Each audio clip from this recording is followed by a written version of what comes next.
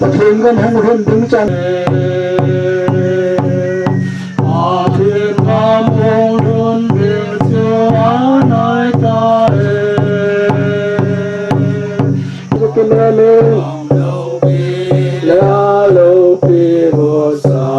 su ki chuleh pakai hong na ding lam kat ju hong na ding lam kat na me hong na pathen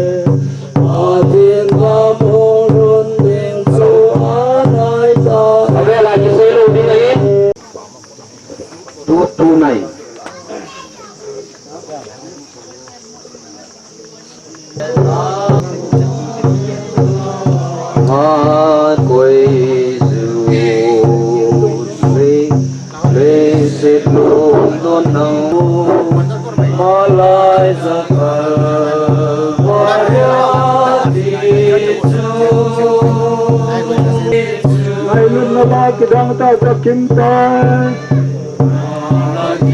bange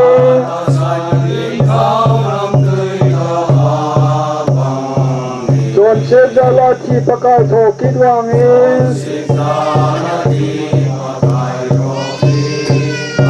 Wai hab ni pakai ta ton sona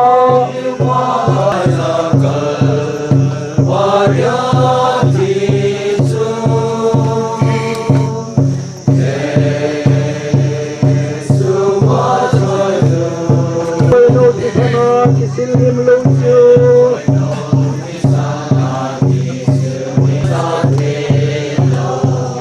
Sena kon etar ni silhim ta Esu asayo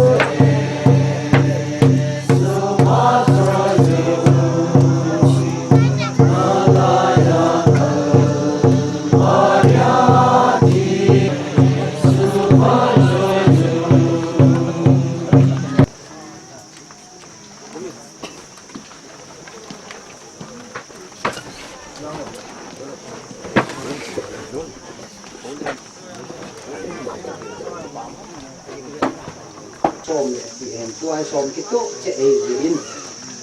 không ai giờ lại kiếm gì gì mình cái part cái cái phần là gì mình ama sẽ kể nên program mình xin phạt nó khát về cái này mình cái tiếng cái dấu tiếng là aban bana nông sẽ đi mình đây long program hi về all ta cái gì ta gọi gì program cái xin phạt mà sang in ngày lúc giờ là không cần sopi ulen nào giáo ta le minin pathe adia apni ke tu ni kum som nga chan hi sum nei jong le man dit jong le ban iman the lo di sum nei lo ha sa jala wang man da thi e pui jong wa pathi ni to the mi tin ni to the chu tu an to now na sin chu program ki chai ka bana welcome address is he Reverend Dr. L.V. Dominic Tijol things will golden Jubilee flag hosting. It's a two tail on and sometimes and Tijol things will speech from VIPs and other important persons. Hausa, Upa, Jaum, Mipi, or Akona, the party say no. It's a Tijol things will Mipi Tao form and the mass prayer. It's a Tao form the two. Som ni som nga chan na golden jubilee e na pui sung ta tin hi gen ki pa thu su gen thil thang thu na gen hi je ki chai ro tem chule taw na ki chai ro tem le upa h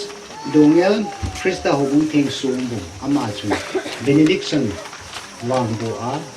khat ve dinga jubilee program ki chai bi na hi in program theng su na pathen ko ma kan dum na taw na chu upa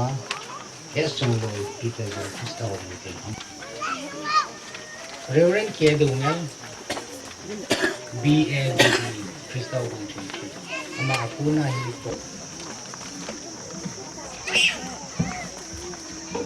taw na mangoy ke ngai lo na le happy na dim set kai na lai mo na ki khom the jin min theng lo pi khathang wan hi abanin pa tu pha na hi isikin lo pi ta golden jubilee hi kahin mandiu hin tilza kai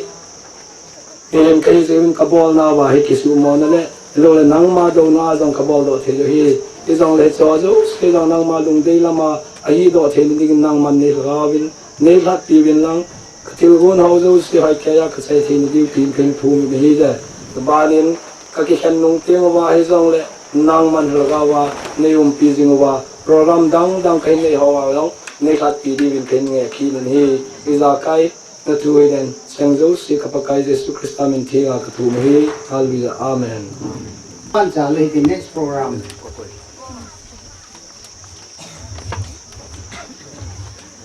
welcome address Reverend Dr. L.V. Dominic welcome address my Jubilee address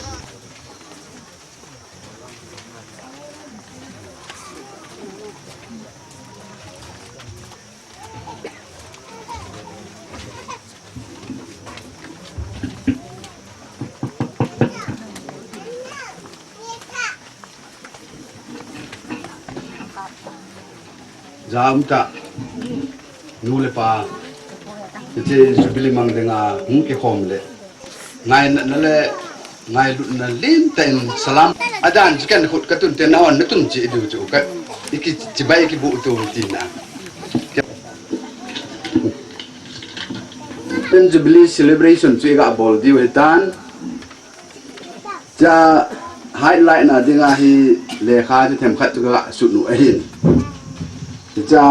athupi dinga ge lo chu ti chu ki kan khom na cham kin a hi atinen tuna hong ki khom ho mi pi zo si alin hen lang aneo hen lang i pi yong le che hul su hong ki khom ho zo si ngai lut na ki wonu hitin hi che chun ki kan khom ho ti ti hi thu se pat ni sangwa nge na ka hen ni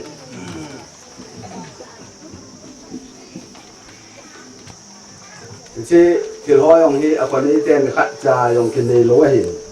bây giờ là nào hạ sẽ tạo mobile là cái phố, phan ai gỗ là hin, pha lô gỗ là hin, anh là ai pha bôi tiệt gạt hết lôi chân lông tới cái hin distance sáu tạ hin cái phố độ hin tạ gì chứ, Ini chun apa ni te itu Jubilee committee ho ka se ya hi le to bang am ta ji chun ko lu pun do apa se jing itu space langa arrangement ho dong yan te le jing thì dong le cho ya hi gel lo wa than ta pakai mina ki ngai ni ta ki kan kho ma tuna celebration hi bol divin ami pi ho abel kan tim ki ne nei kong ki pan do dan ka family to ka family ti ya hele ka chapan yo de pa le ka nu wa hin Jubilee hi nen tep chon ti noin nagamu abon ji in aki tep chon in ai do nge set jing in na ho jong dam sel na hu ven ni hi ho pi ga ti le ke ho la nga hu tu kum ho pi ya nen til sang so me hi ti le ti hin no la nga ho pi zakat ham ji ni ham bo hin dam nan ne da ke ho bu yo ma na pha yo hi la yo ki pa am le ji gi Ipicu yang le tu na he ke man phatung ta kana welcome address kan ti tom na tin the golden jubilee mangatinga VVIP le VIP tia ko te dia kung ki ko mo jong se chuma mi pi le jubu tia la ki ko ho chu moderator house ho le se mang ho kene lam kai ho le adang ungel ASP hong chuka si hin an lama hi employee ya ju ASP yong le government ding asin da tong hin ade bang ki mang thei lo tan tin hong te tapun tu ni hen phat chi sa ho igel do a hi le lung hel lung don aum tho hin lung nat aum tho hin hi aje chu ho sung phut do ho khat cha be an om tapu ven eti yong chapang ki wangin he pu he pa ti ai ki ko se hi ta ye VVIP le VIP da ki ko ho na bon cha ke wa nong sa ji ben tu ni hin hi che lung hel lung gim le do si chu na ho zalin le pathin zalin su min lom tan pathin thang vai hen pathin a thengin a then na to ki kalin ti la bol si pu nei le se pompi abanin tuahin Jubilee siyong hondo na kinman di ko hitay unwilling of Jubilee memorial tuan amasa ako pun bangin moderator executive secretary na santin abana pastor hall tinwe alanga dai sa si jong ting mo nga ho na hindi o hin tu e ho thum kati di abana moderator thola nga ba mu sunga kun di hin Nato na tin tu lang ti ho lang si kapot yan nang ho na hong diu sala ala alun gani ta ai ga bo diu ka ti ni ni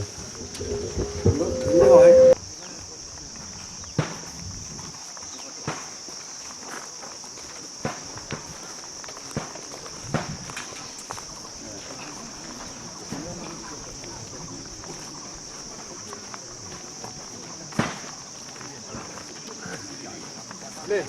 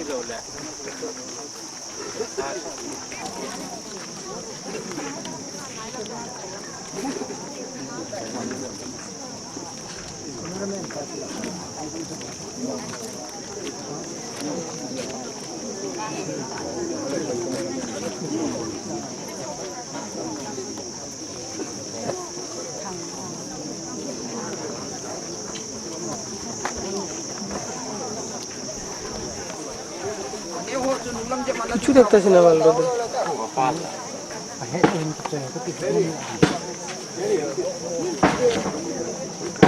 ai biết sẽ tao vắng lăng này kiềm nhiễm mà về mình là cái nòng cắm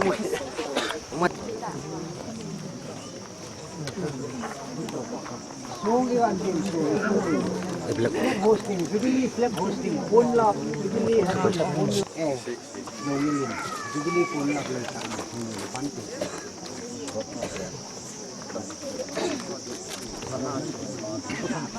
Cuma pathen.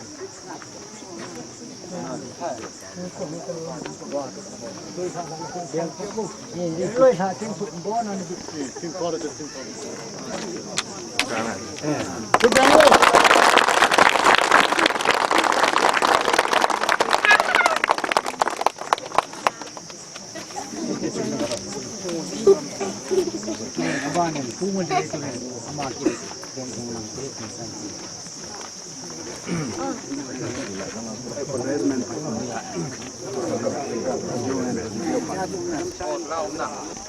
terus masa penin tunin ni khung ta ji un phat masa penin thangwa na pathin peu te abanin P.Taijol ko golden jubilee tiga mutawin kicin muna dinga hi hausa chuleh loi ho chuleh ko sung mi te ho zo se chunga dei sa na nei nei wa hi chungu wa pathen minin ki pa na thu ka ga phong in je chukit le kiche so hung kitun do akon a hi lo le golden jubilee se ta sa ga wa dama di phat mau pathen e pui diu ata sa min a je Jubilee to all he heaven Jubilee tivin bel tam ta amut muna iga mangun ichi theologian hon asai bang helowin Jubilee kiti hi khat ahi lowa ahi le season sunga kipana tin na kisein ani athum lain Jubilee kiti hi jubala kon ahi tin na kisein hiche kel sal ki tin ahin hiche kel sal ki chu kum som nga ahin teng le them pu pan kum som nga ating tai ti het sa na amuna hiche gol nok chu ki pan ji tin ki sei na je hiche kum som nga ahina gol nok chu hong ki man teng le yusep ten ma sang chin lo ho lo ji ve tin ki sei na je azon na penin lo ham gam ham banda ana kitung ho chu le pen ji tin ana ki sei na je ti o ji ga vel ani na ai ga sei kum som ni wa ki pa na jala hi che ilok ki pa chu ga man pen no ai ding ata san min na je ji chun uni pha ki ga bol tai so hel di wi bon ta wa gila pathin gel jinga ki pa nga hong do ta de hiche P.Taijol khole hobung golden jubilee song jangam haulai moderator kista hobung thieng pathen lo pi na ding pa cha pa la gaw thieng minin tong do tai pathen lo pi na chang ta hen hallelujah amen Amen. Pemte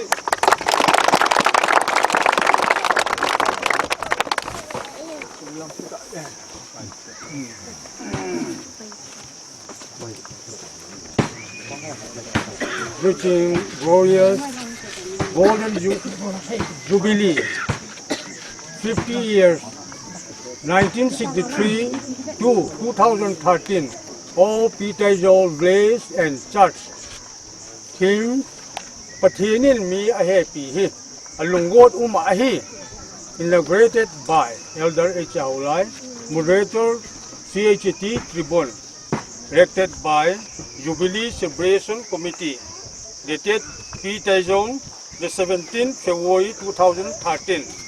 pathin lukina jangtai ali amen sunga hausa anapang ho khatna pa te je jo ai ga ngai bangun anina le khubau dongel SGB kumna Mr. Sailen dongel SGB lina le Sergin dongel GB ngana Mr. Angam dongel GB upa na poho khatna เลดเห็นจังสิมเตนี่นะทางคนเล่นดงเงอผมนะเสตงไปประเทศนั้นเป็นเที่ยงกันทางวันตุนิพานลังมันกี่ปานนิโคโลปีตะในเปียวินแล้วลุงเซนลังมันในจันุนนิโคลพาดโหลุงกินละไงตัวนาวากะเกลบังกะไงตัวสังวาลังมันหอยจอลพะจอในปุจุวานิโคหอยตาเลพัดหอยตาลังมันในปุจุวาฮิเจปีใจจอลโคเลโหบุงอุนละมินเทงโลปีกันทางวันหาจุนุงกะปาเทงฮิเจกันฮอนดอกว่าโกนาฮิลุงเกียงไงตัวน้องมันเหปะพาเจสโฮจงตะเกียดอนฮิตยาช่วยนัลิมสันโฮฮิเจคุมุนากูนาเฮาสโฮหินโฮบุงปโฮหินกะเกียดอนลุงเฮียงในละว่าเหปะกิติลโคนากันเนยูวะกะบอนจาวากิปุ่มขันนากันเนยูวะลังมาโลปีเนี่ยกะพูนละจอดเฮดีวินตะกาวเทียงอินหาเนี่ยลังมาในปีลังกะพายเมาลังมาในปุยจอวินตีนกะตาวุนไอหาจุนุงกะปาเทงฮิเจสุงคนดอกว่าคน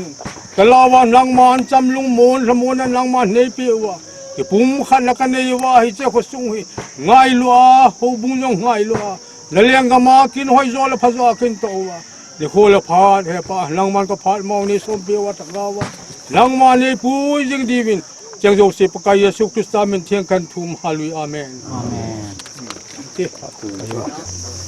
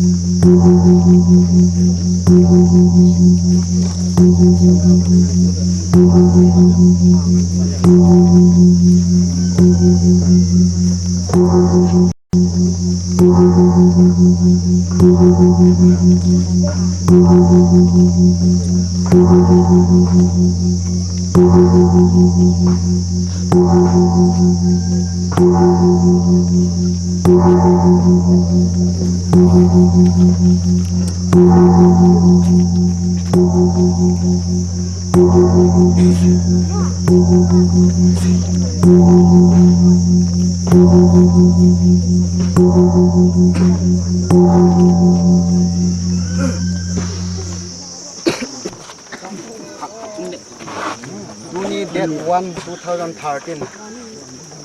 ni hin se kum som nga tin na le kum som nga ka gal kai ta le ti het jing nan te ma P.Taijol hau sa pu hin te pa le sa pa sa gau theng min ka hin sai pa te hin akum kon juni hung ke khom le se kon ning nga hung se pa te hin phat te bo jing tan ha lo ya amen amen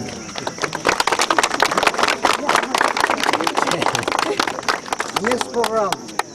Jubilee song to be presented by Jubilee choir Mojang Dimahasa. Jubilee Lapi.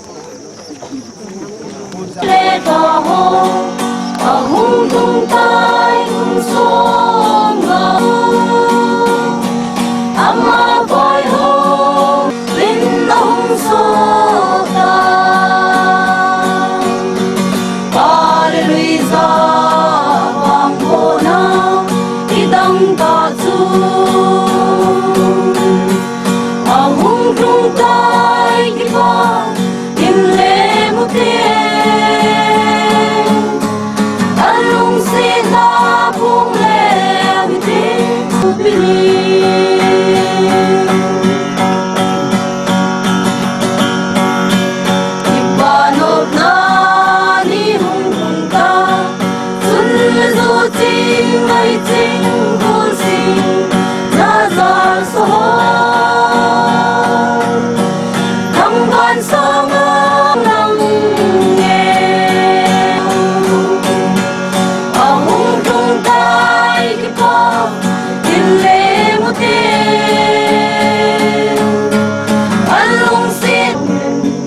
amin kitong sampini ipan Jubilee.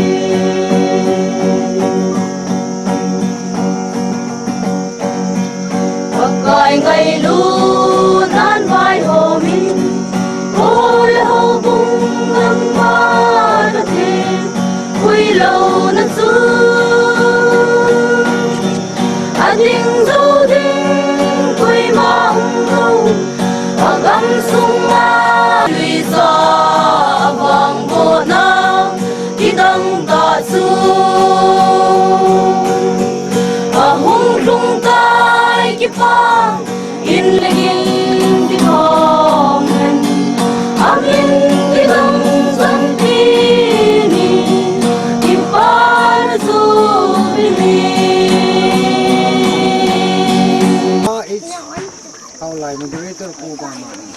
Iti Jubilee so ga hon na program pa first session kum ka na hi. Tao to ma. 오늘 본 자와 중화 홍증 따hen 할루야 아멘.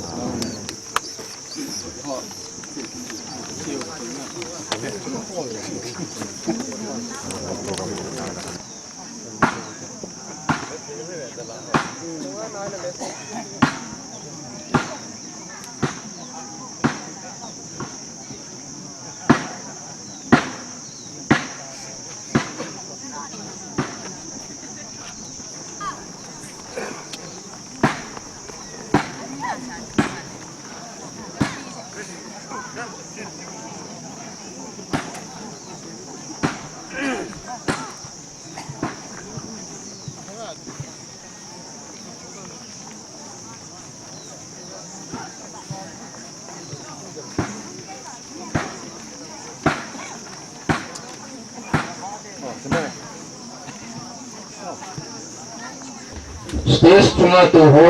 hausa upa ho natol na chiwa natol kidiu he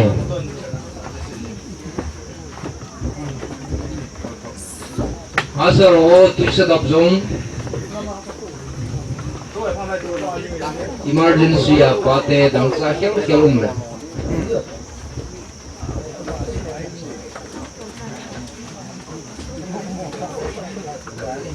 पूरा प्रोग्राम लेना है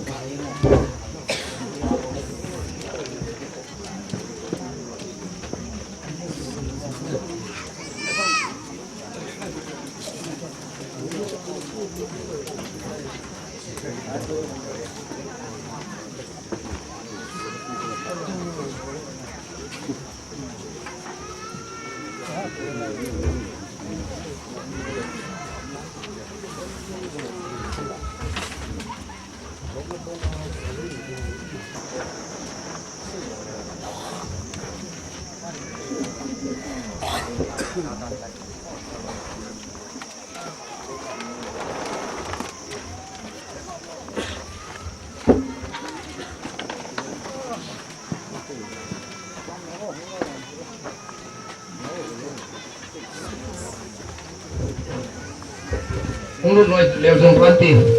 asar ho misal sakle jong le mi pin jong pan halau tin chilai kina unki khom hi jewen pathen men zali ni zo chano pang Unki jing hen taki ke mi pi ten hal ki da amen thum de ni ti de hin lung se te en pathen janan bon tan hu te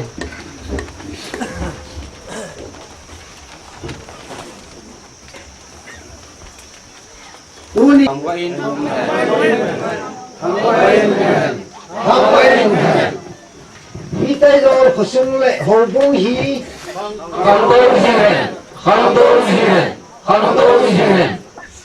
tunung le P.Taijol khole horbung hi pathenin umpi jing jing hen hallelujah amen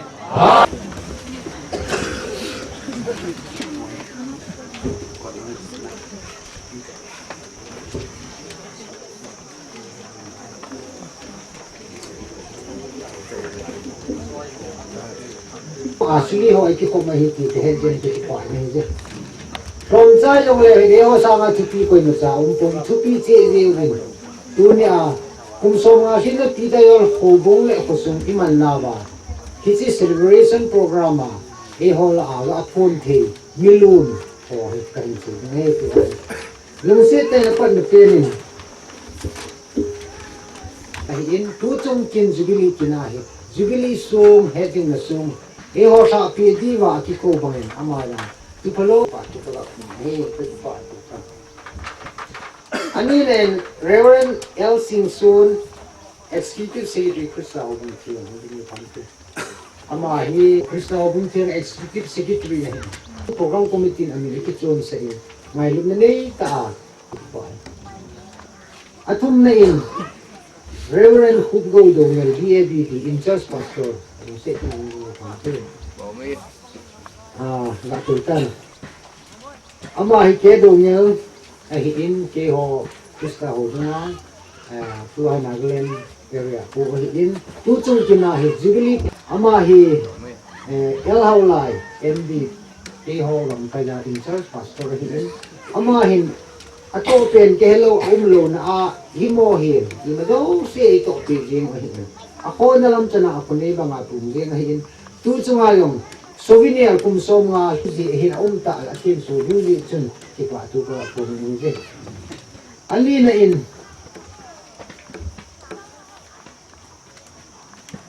upa es changloi P.Taijol ni kan tu a senior upa ni kanegin ama hi senior kum so nga chan Jubilee e pur gal kai makai pen pu hi sin chatima ki gal kai hi ti sara pen do ai tu pa abanin milun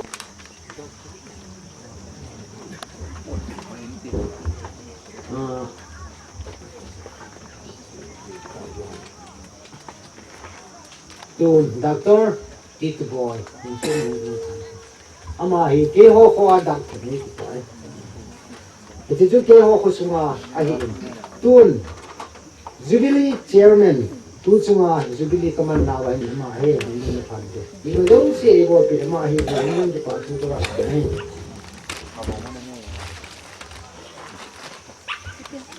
Temmui P.Taijol ho house go ma hi mi ko hin ti ko la umlo ni tam do di de ni do ba tam ken mi ko hin posung vai ko he ti to la ko ni de posung hi solgari gambura se le na hin ama hin police service to je in gale na umin hi lang posung ni ai solgari gambura hin posung ala ve ale tu din muna house sa su bung nam do ne de to ko ni de Kolung lang ako na chansi hen lang. Tuni pa na ihong sa pompiwa ini pa nga milyon ho. Ako masanin Tribune Women Fellowship ho so ba sayla kung sa din ka ako may si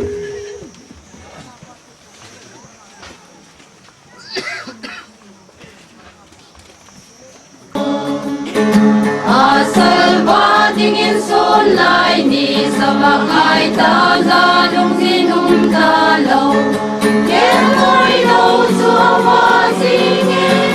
Sung sana ko pihay chuleh daw Jerusalem matung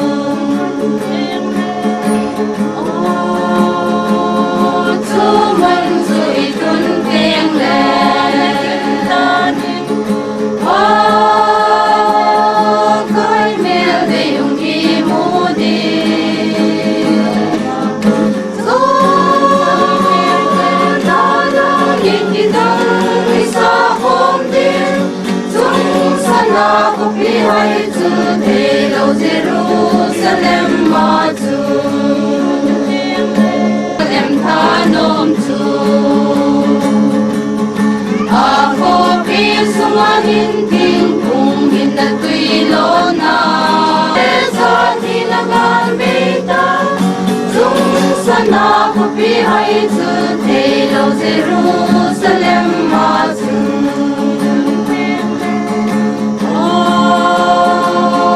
tumun chu itun tengle so dalangin kitang isa kong din na kopi hai chu te lo Jerusalem ma chu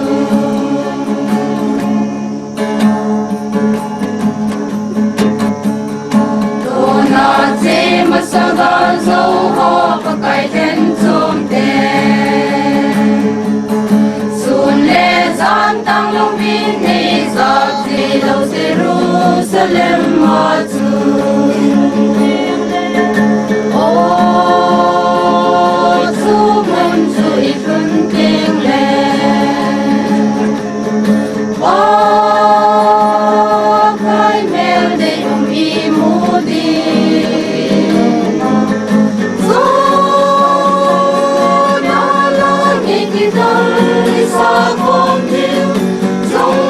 na kopi hai chu te lo Jerusalem ma chu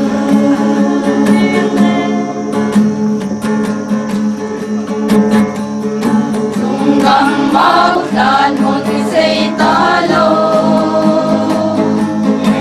ale ni dan ki sing hai ta lo o chu mun chu bi tun teng le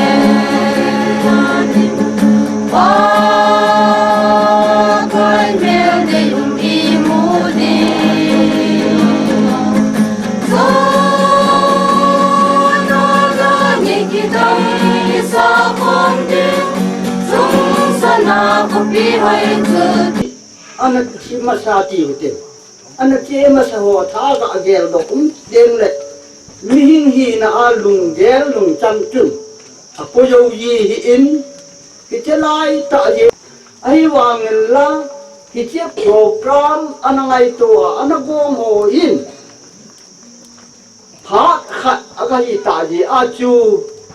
la gel do kina hi to bang ai hin na lai chang che hin sa na khat cho nom je hin tin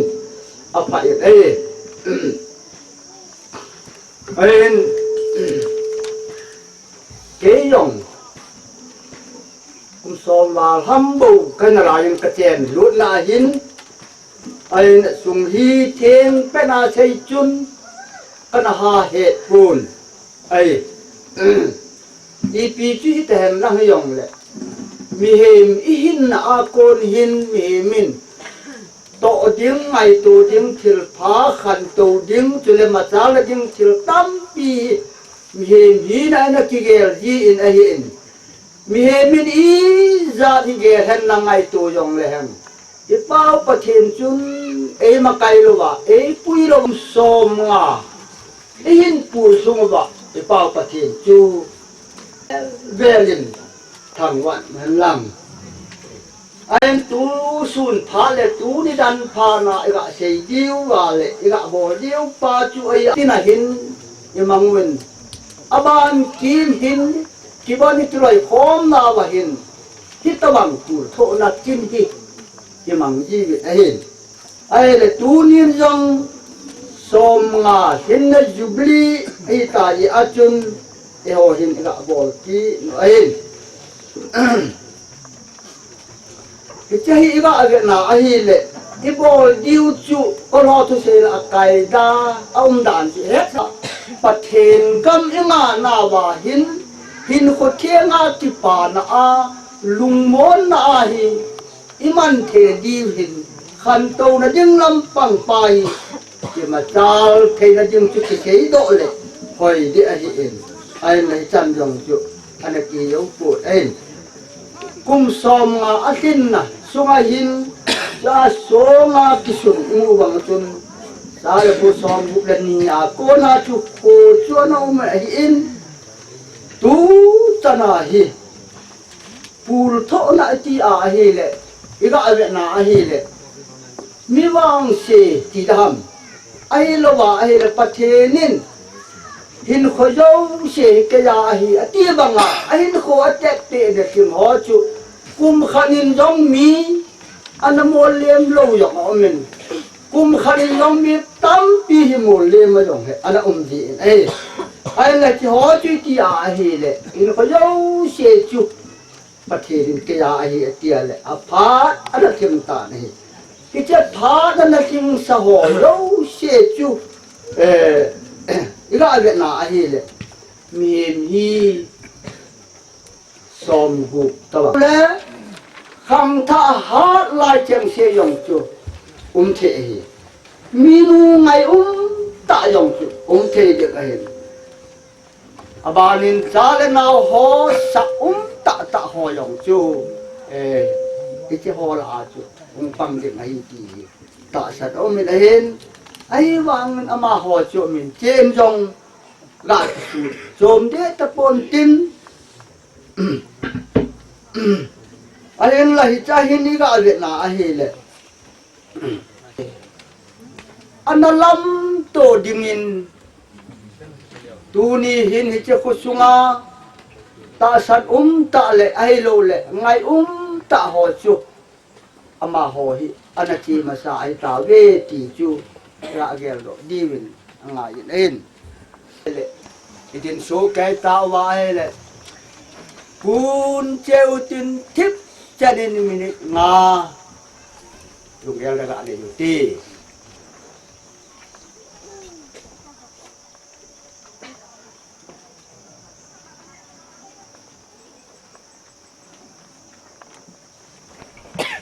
và na tôn so na kel ti nei lo tu ni dan hi ni te kom ki ngai ta ho le sa ta ho le i ta ho hi ha cái này vậy anh nói họ chẳng xe hin chín cái bò cái tổ họ dâu xe hiện sa bốn na lệ lùng món na hi cái này rồi ba chỉ ba là do cái này gì mà mình không tạo đến mình in mà trả hết cái bò thay cho ông pon hát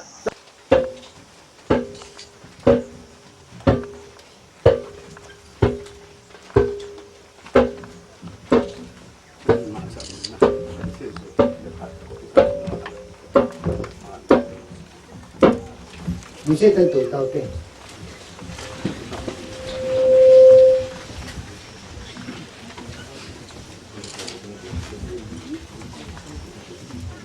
pathen lo pin chang hen lam ti kin hi ga bol hi ze in P.Taijol late and charge kanang long Assam Golden Jubilee 1963 to 2013 souvenir him pathen mi happy na alung gut ahi ti souvenir hi asunga thil thu ho do se le stenga hele athil hung ke bol dol kusung tusin kisun ho do se hi pathen langa chot khona apan the dingin tisi thu a ko na boi nei ma cha lowa icha ko na mi ten ki ko na hin nei the dingin ke ma pakai cha pastor la lun hin pa cha pa chile thagau thing na ka hin the so hetai pathenin a khole ho bung pi ta hen hallelujah amen taw hen mang ka te hallelujah amen ngai lu ta dim sekin na dam na pakai ne ngom se lo pi ta pa na mani chan bin kum som nga chan ge na mani ne pui ba chim him hat hi lo hi ti ka mu je bin nang man ne pui naw ji na min theng lo pi ken thang ba ken ne tu ten pa ke hol me min thil he phading ham tin thil kan gong je bin tu ten mi hem lung khom ki je bin ke hol thil tam ta ku su ke la ka to ke lo ji in kina ke ba ke saun ho a thil tam ta hung so jing mai the di cho lo wa pa so a ko na ka su ma le ka ki til ko na hu za ka su di ho le ka til la dang su ho ko na se par hung kal sang be wa tin na ma lama hin tas lang hin i pilang zong le nang ma lung stit na adon naw timu wa tinang ma dinga ha ta pan la be tin di bin ji kusum tu simbu ho bung simbu dinga kisun he nang man pathen bo a jenga hala kusum mi te jong nang man pu jing ding nang ma pam kung ta ben he ji da kam na lo pi ne ding ni chang ha chung pakai su kristan min tem na ka tum hi hallelujah amen tinga hele na po chu ga sim do tan dio ken sim do ding chom lam lama ken sim do ding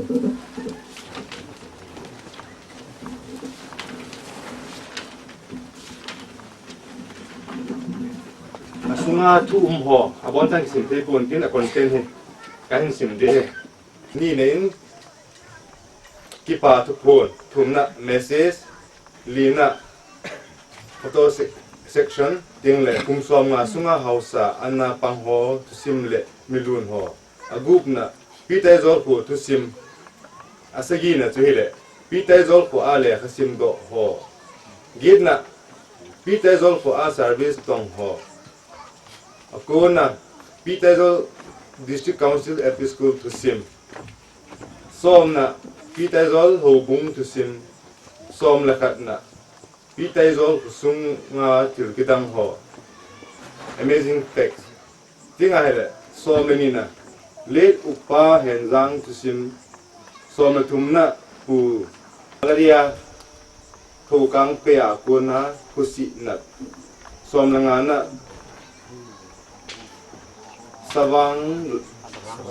sabang la som le group na nu mothers som le sigi na P.Taijol ko man lut na tudol som le git na Jubilee la pi som le ko na golden Jubilee celebration organizing committee iti in tingale banin si dongel ex minister Manipur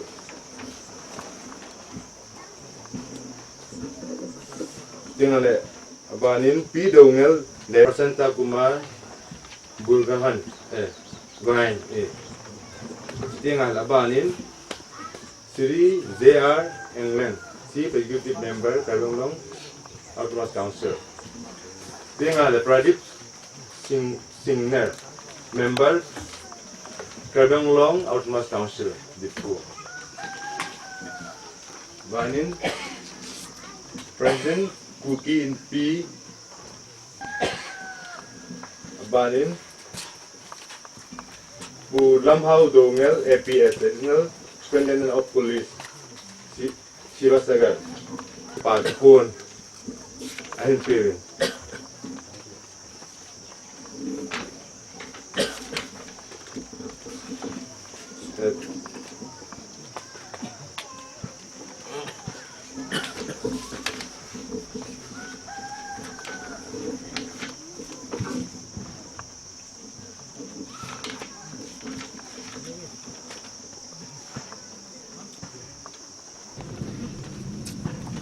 Milun se pu Guite BA Pol Science Godang se mang haulai BA History Late Godang Zanglin to boy BA Nunga Rosie Dongel BA Godang Upin Guite BA Economic PGDCA Godang James B. Simte BA Economic Nulun nga boy dongel BA Economics Nulun lalam sumi BA Nunga chochong waipei BA Gotang pagin simte BA Gotang thangkulim to boy BA Nulun samel to boy BA Nulun ningking guite BA Education Nulun Lili Simte BA Final Pat J Simte MA LLB Mi Som Lile Mi Gate Lai Peter Ko Sunga Metric Tunglanga Sundo Ho Hepi Ho Za Cheh in Sutinga Hele Gotang Punjab Ni Sutinga Hele Kusunga Service Anatong Ho La Simkinite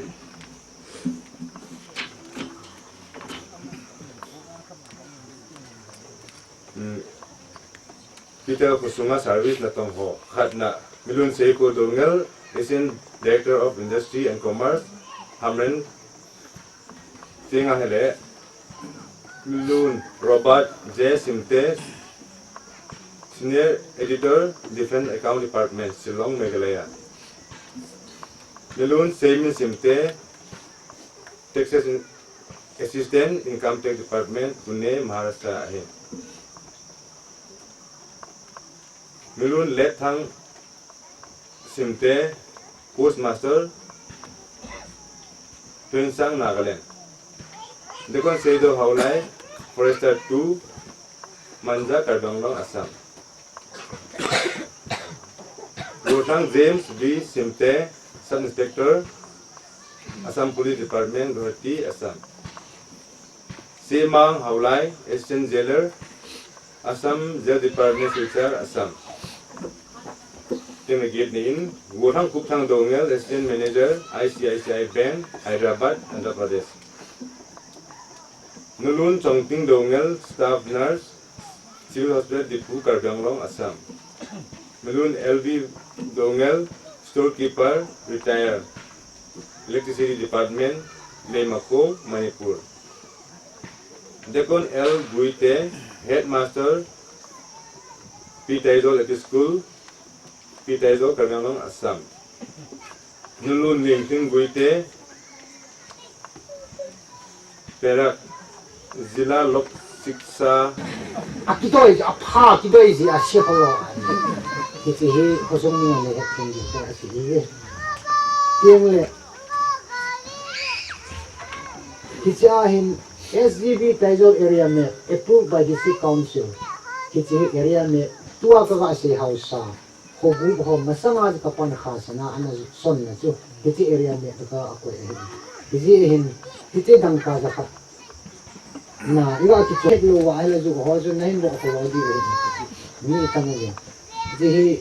sa don pe tiang hin ju pi di wa chu ka si hi adam phone ding ta tamin hi jong ni I phone su hele ko ki chaw ding ham hin om nom so ai ban pi te ho su kim da khana I bola ko ki chaw adam ti ge lo le ram ju ni ko ki se ni ham au he ko pa ai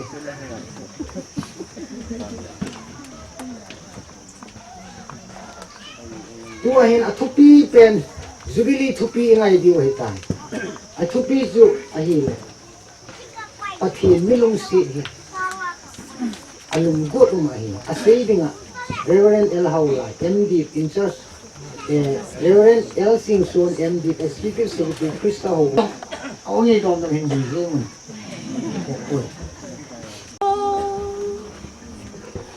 mun gelun sopi nom len tul chang lung thai sen mai thai sen a choi o he ti dang ta ve ma lai pi pu he dai lo ti dang ta ve ma lai pi pu he ngai lo Jubilee man su na hi wa chu ti ha chung nong wa chu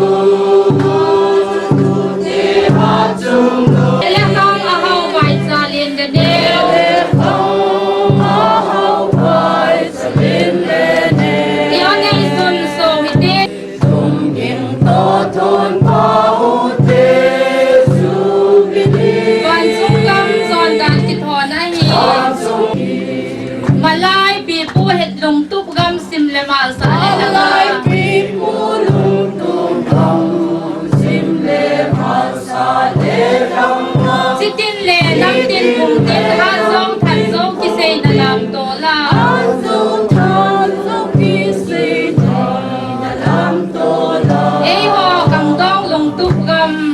ei ho kang dong lung tup gam sin na thiep na chang ta na li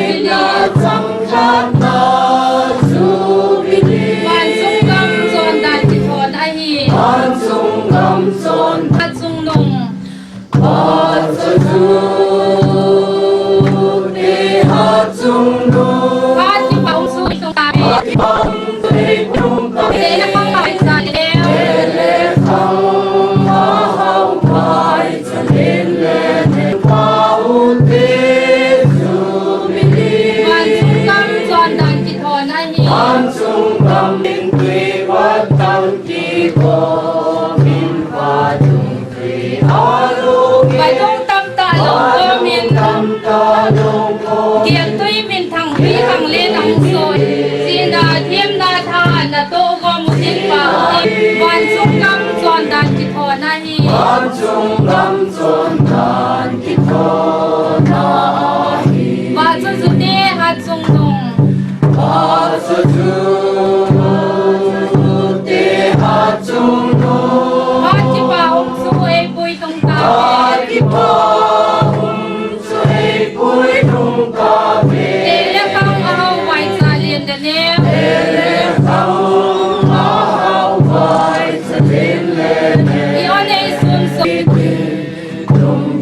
thon bao thế Jubilee Quan sung gam tròn đàn kịch thon ai hi Quan sung gam tròn đàn kịch thon ai a tu ni pha na hiche om Jubilee a hung thla ho hausa upa pastor ho chunga phat ma se pen te in na bon cha ba ki pa chuleh kazana salam ke man no kahin pe he suban ki na a ti ba nang ho jong ngai lut na za la ni chuleh phat ki gom ho he ki kom pi nei ga man pi di wa jong ki bon theng langa ke man nghe na ka ne hi za he suban ki nin thupi hi ka gela a he le babu si pupa lam hen kitile ama teacher hi na no za he ana umri in school kai thei ki hi achun pa te chun chilai ko he na chen pi win sot pi aki umin class 4 class 3 ho chan chu ken no kana simin aina chung lang ho chu ta lo ji in che le khasim na ding chung thu do la ile na a hi le ke jong hi che Jubilee a thu sei dinga phat mang lo bi tak phat ga mang dinga committee member ho kusung ho house ho ne ga de sa na wa ken jong ga aman na thei chan hin fu phat ka ne hi ka ve na a hi le in na nakangun long aza ji in nakang nun nom na hi ta ve i je le biti a hi le na thil mu cheng seo na za cheng seo hi thêm gạo hồ lệ mi tròn phá tắm ta in rong mu ago vin amu thei po ve ana ti he hi chi khu i pidinga pakai je sun a sei ham iti a he le jesu hung pen ding ki sei chu sai thêm gạo te ho a hi in mai ka thêm gạo te ho a hi in amu ta pu he hi je chun ei hon no ga ge leo hen khusung Jubilee kum som nga hin na ki ti hi le na a hi le hausa pi le hausa pu yong ate poi cha te lo nunga go thang sing se ni man lo la le se in ko na da sa o he amu no mu ve a phu do pa lo mu no min te ai la le se he li le ka bozin ina zong le kha ga sim ding ka tiel le sim ding pen kai put thit be a ko mu ai ka tao na pe sa pathi ni a phat ko a ko sung le ki kom chen nu pa te u le nau te le bon cha di wa i to bang thu dol kung do dinga e man cha no mu ham ti hi ma za he je chun tu sun phan hin ke man ka sei keu hilowin i bon cha win pathin mi he pi na alung bu na pa he mi ga gel do diu bin long ga ki ti mau za he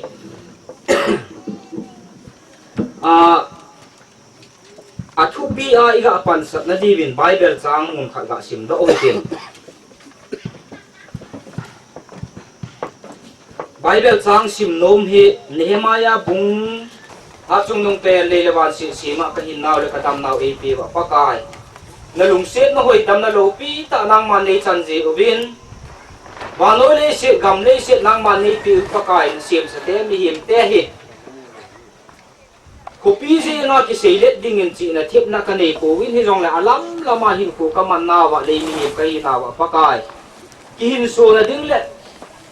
nang ma leng gam ke lit na dingin nang ma ale nang man na puiza le nang ma mi he pi na lung sit na ka chan za lovin khole leng jong a pha kha le gal le tur ho ji in jong lung ling lawin pakai a beijing dem ti jong ka gel ji be ai wang ala nang ma mi lung sit them na mi he pi them nanga ki ngai mi te je nang man na nung sun lo ji in tu ni pha ne ni che kum som nga hin na khang tha cheng le tu a dam na lai chengin pakai kamina kamu pina thil bol the ne pakai tu de pha na kamu ta ji win chan ke za na phat na ei pu ju manang ma ni hi ji in na min theng a le ka thang wa ki nu win he pakai ka ki pa win tu sun pha na ka thil bol ka ngai tu wa hi le hiche to banga nei ngai lut nau pakai wan chungam chon dan ki thon a hi ti ke hon jo tha ka gel do ki nu wa ule nau cheng jong pakai nang ma ngai lut na hong sunga hi le ga ma jong jing jinga ko zo wa na lo pina ka phun do thin ding zo wen tu ni pha na pha chom khat nang ma hin da thu do la khong ke ma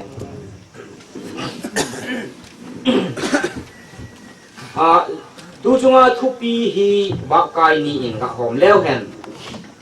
aje chu Jubilee iti denga hi le Jubilee chu ipi ham azo chu moderator pu ja hin hil chin tabin pol a hi in songwa a phut po we ti le ki zo pun te mel chi na dang tam ta chu abon na we Hagawa ko niyan lang thupi ako ni zong le Jubilee sung kiti mong wangi kunin te ti Bible be si aki hello he hiche chu kel ngoi chau ki amu no chun Jubilee apon do he ti chu amu he ai la tu lai khanga Jubilee i ti iman na he ti chi mu ki no he hi chana ku in som ni in nga badmin ball hi chana e hon to do te pati ni pati e bo wa ahung khang tha kit ding ho da pathen lo pi ni chan be che te na di wa tu a phat te e bo nau pa i gel do wa ha pa na i pan jing ding ri ti ka ga ti ko kit no na isa e ye chun ve na le khasim na langa ding a zong ye chun Jubilee ipg a i man ham point thu bi ga si ju chan ju hen lang hi ti chun ave sa chu pathen amilung set hi ami happy hi alung go du ma he e happy now alung go hi le chani pha zo lo ti he ale tu ni thupi bin ga lu nu tin minute som minute nga ka kaman di lo ding sa he i gel do kit ta lo bin tu ni ana nei ta bin he beje a chu lung na ta je nehemaya hin ezra them gau thu sei thu do le ana su do sa he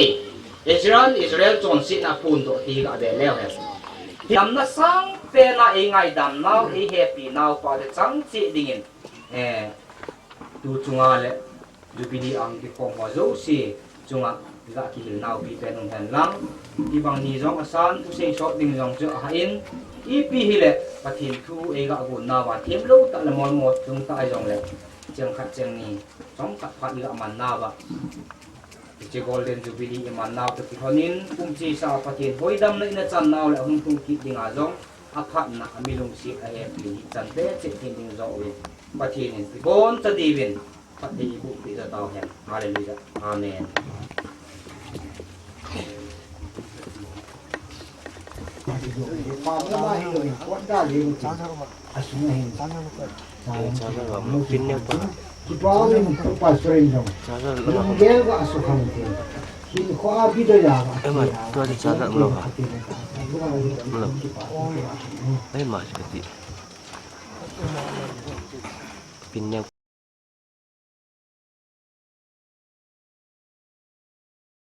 People, ilong na naman, minasinto, suke na tulpa na, isip, kumson nga, golden Jubilee mang, tayo nga, phat ni pi na sunga ko na, hiche tilugong do, ding yung sali na, Facebook, iteho, nagun do, pina, hitabang tilhogun do, makan man, P.Taijol, minin katang bani, hiche zala pakai, kam, kama, tapisa, hen lang, idap sa yung nong le kan don pom ni ho lo si hi namin lo pi na ding nang ma si tingin pati bun tin pakai je sumina ka tu hi amen oi sam kahita ko ni hu hin na tu pa hi kana lung sunin Illa na ang sunga puma isang kahita ko Ni huwing na tupahi kananong sunin Illa na ang sunga ko ng kahaba mangin Tupachoin opa na ang sungkahimbing Happy na ading zing Wadang sotleng Kita ipakan Nanglaw pizing zing Lata yan hong mo zin sa mo sa kasami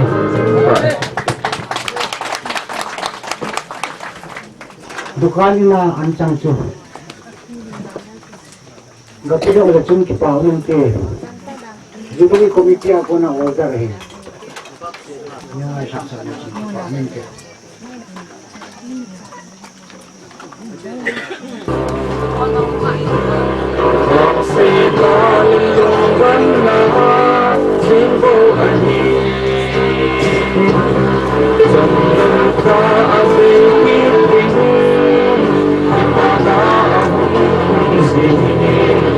lung môn trong tiếng lung thấy na hi aha sange lấy xếp nôm lê hoài na các bạn sân là số bôi dinh và bài na gầm thi lông văn na em tu si Jerusalem lấy xếp kem thấy na jousen ipanan lekate chumna ikena taloging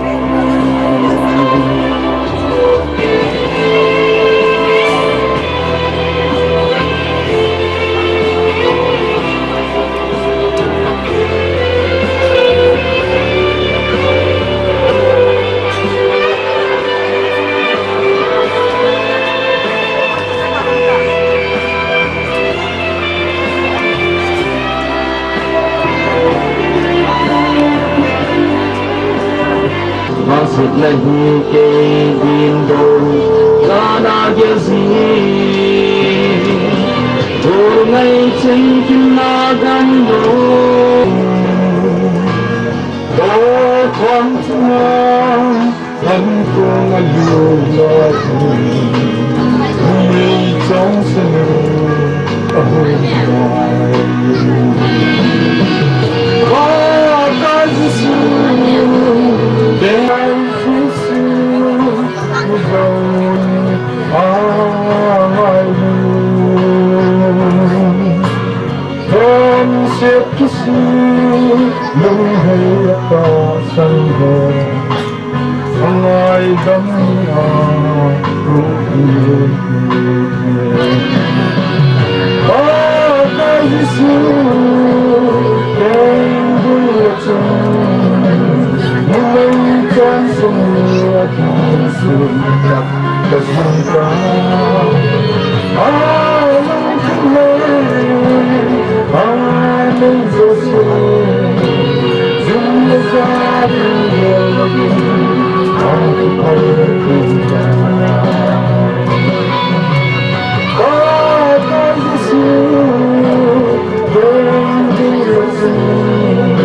ngai phaji un pa thu thu la phomen tun na bon cha ben no se ten hong lut kit tele sun phan te to la um no se haje ju tu ni jubilee apat na le azoni e in kati chu kum som lo teng boy boy kin di ni ta nu pi pa no nga gol lang chepang na bon cha vi zo ika thu sei masa hos thu sei si ga ngai ika za bangoven khole veng hi leisi na pathen in mihim chen na dinga leisi na sim min tin ana sim hin chele chenga jong tam ta khole veng leisi na di in kar veng long gam sunga umjong le khang to jing le asunga cheng ho jong pathen he ta le nun chan khan chan langa jong hoi ta mi ga mu ton thei ta khole veng ana na chunga kum som nga chan pathen dama e na pui thungowa e nemo sa nau chunga Krista hubung thing tribon phathenga mina thilpi neu chaga pi nom je ven jubilee committee gu hilovin hubung ti je ngote Krista hubung P.Taijol kaga din hein je chun athila hi pi hi jong le bible chu pi hi pu ti nei pu alu pe na hin je chun chi bible he jubilee ki man het jing na tribonin ap oi thì het jing na hon ga ki koi di wa bible he ga pi he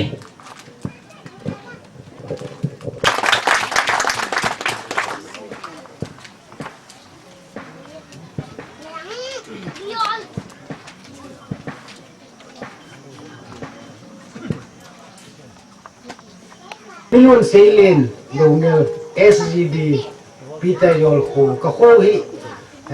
kanao khôn ngâm đầu nghe hình GB hausa phố a si manga còn ngô là hình anh là सरकार lam government lam đâu si ai tu ni sana hai amin hi SGB hi selen đầu nghe lại record zing a hin ama hin tu ni ko kum som nga tin la mang kin nom nong le mang te lo ding hin jen tu ni kwa chilai mu na program a dinga ungkal sung te chen no avel chilai ko ni achai ne ke za tom ngai ta ga tu din ta pan en ka ga tin ke ni ni ain Kaki pa in tu ni ko a kum som nga tin na Golden Jubilee P.Taijol ko a chuteng le asunga hobung ma hen ko chu na ki semin ko chu na ki sanin zuhang bahang ho na kino ga in cha ko na chun hobung hong umin he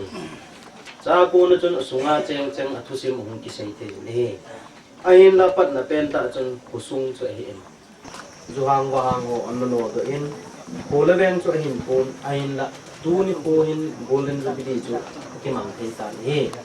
ti chi ama kut tham le chu teng le ama lung gel le ama ta sa ko na hi tu ni ko a hi P.Taijol ko hi ki mang thei le chu teng le za wai hom ho jong pa ti ni mal som che in te tu sa nga pa che le hoi che a phan ni ko ho hin mu wa chu teng le tu sa nga hoi che phan na ho le hin ki ti ta ki ne ki na la ni to banin jong na kim jet jet chi lo hi ji chung hin hau sapun thu se tan tu hin hobung pa el guite hobung chu hian lang ama lung gela ho se do dinga gel ho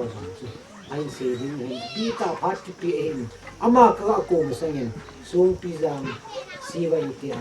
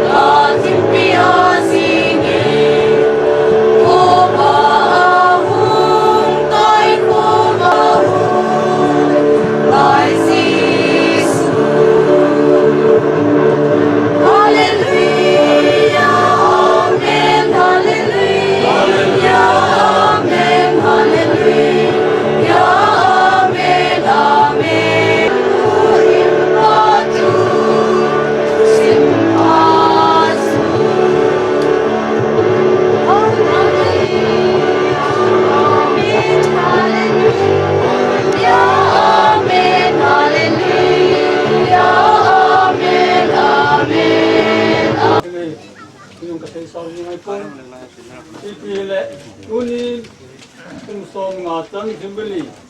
thì bảo ta kế mà dòng hắn mô ta dòng này tu na chỉ làm một là cái tiền tiền dân dòng cái tiền cân thẳng vận đi ama nín trong ta tận ngã sinh cái tiền một cũng cái phụ đồ họ sẽ hết số kê ta về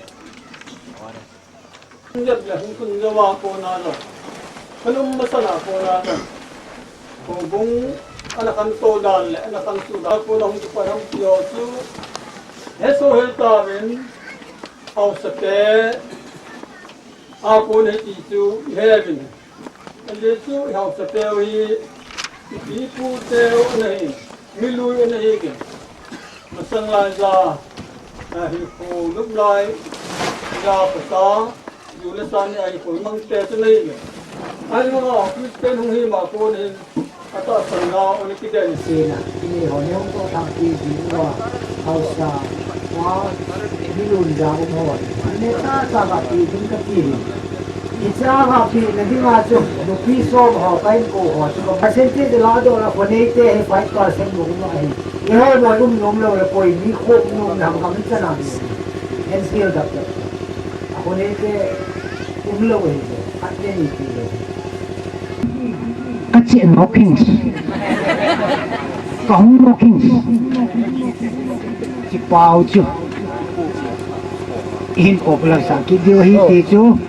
Ako sát pa lệ ảo cheng giàn a iki kendo diwa kain da lele ki pak taka ne ki last ng wa kain ta ko hi ka u hin pin tin abang athil hi apha hoi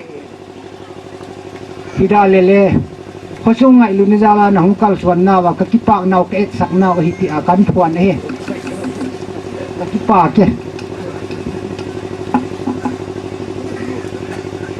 cậu niên mua gì people thế nào anh nào tôi không lấy phải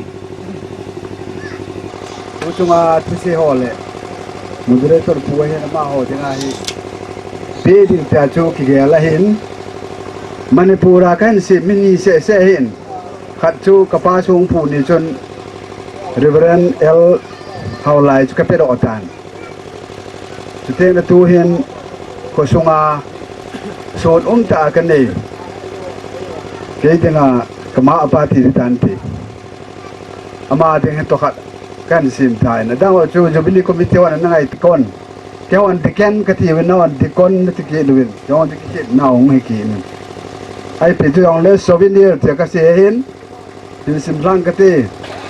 this souvenir is appertained to the foremost figure of P.Taijol, foremost figure of P.Taijol. Figure dinga gunchu ta figure nei P.Taijol dinga Mr. Ngulsat Simte Diken. In honor of his dedication as a social leader for the welfare and development of the village and the church. Hence, this simple souvenir is bestowed on 17 February 2013 in the auspicious event of the Golden Jubilee celebration. May the Almighty grace him happy long life to serve him as well as for the prosperity of the village and the church. Hiche souvenir hi Adam lai se abanga akita adingen Ngulsat Simte, foremost figure of P.Taijol to Keima kata seta kaloi no niang boyin phóng tele ki pa min te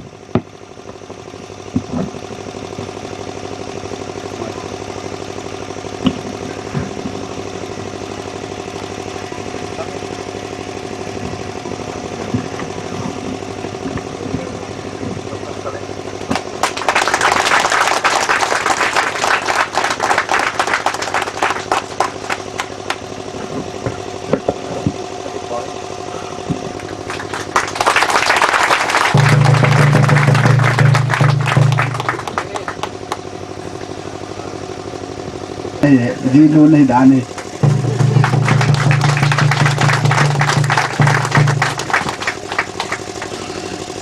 bang ni sa lai ta phat chu chan chan na man jin ki pam le ji ngi thế bang ni sa lai minute nga man dong ka ki phat la mai ayong le ta thu nen se ji la ve ki pa thu ki se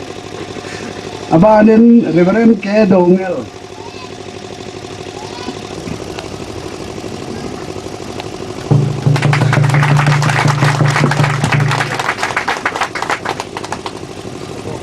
và nên phù đi tàu thăng kèn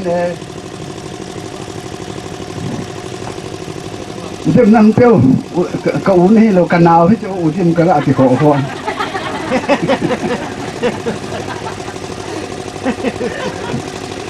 nên là cái ông cái gì lò đa mà trả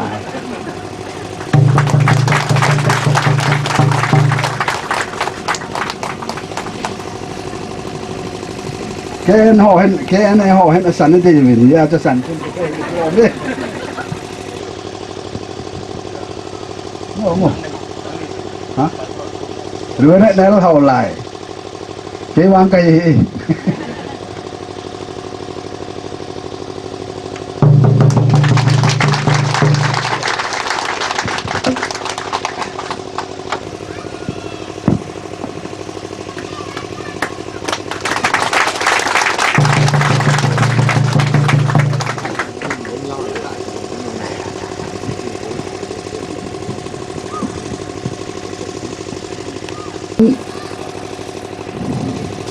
Upa el Guite bol yang ho kan hung do le upa minti Upa el Guite spedingen bol yang ho lo tam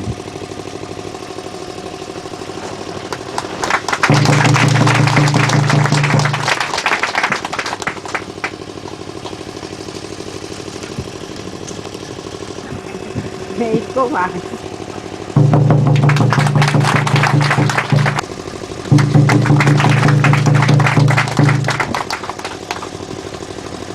mahe style chom jab mereka bol ti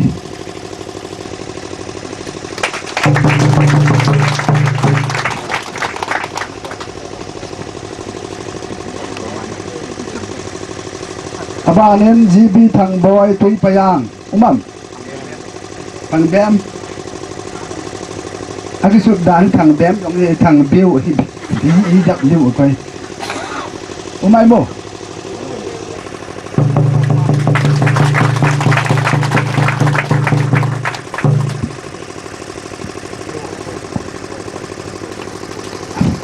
nó lù thế cái cho mẹ hô xã lù lại với chỗ xã用các khu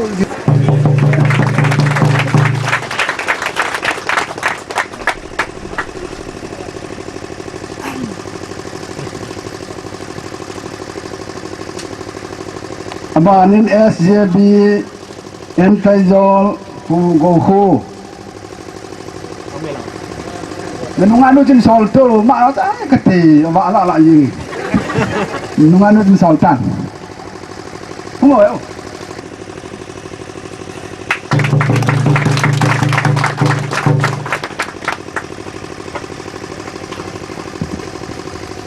ama hi pu go khoi an en Manipur da kon achanu khat chengin aji pa ko SBI an na tong hin achanu ko ấy không hold độ quân sẽ đến khăn thì à sẽ chỉ theo tiền là các ba hiện lấu sổ thì ông này metric ba sẽ trả thì lấu sổ thì hết tiền hết thì ya mà rồi hay à thế thêm cả nó cũng tầm lầu vàng anh là metric pass GB thằng xe gang te cũng được ba nên một sát jousen đi phụ lang na sát lang đi phụ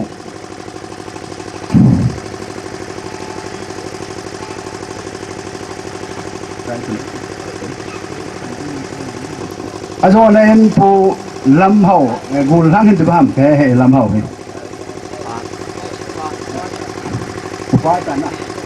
phụ lâm hậu đồ nghe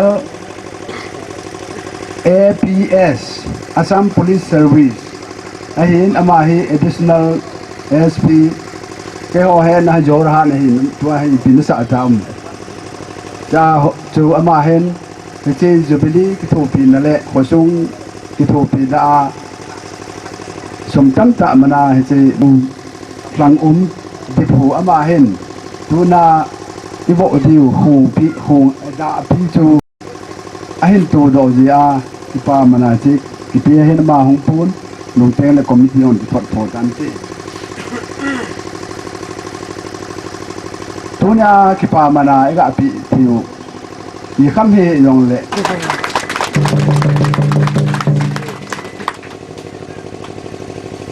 apan na kene ito tak kene president amin kara amin amahin hiche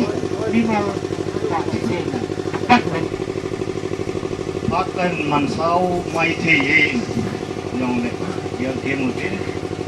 masan tuni at do pita tiwa suting le hitabang golden jubilee mang thei ni ngai hin pui khomu at tung nung pakai thin sang ten thangwa na kapin suting le tunia hong ki kom pathen tha chaho bin hau sa hoi bin suting le ging le kang hong kal sung mu le pa te ho bon sa bin ka jana salam kahin pive P.Taijol ko hi karbeng long hin ku ki ko za le som la nga tabang hen lang hi jong le adi senin P.Taijol ko hi nam pi adi nga yong poi mo ta ta hi si le pha ki thut na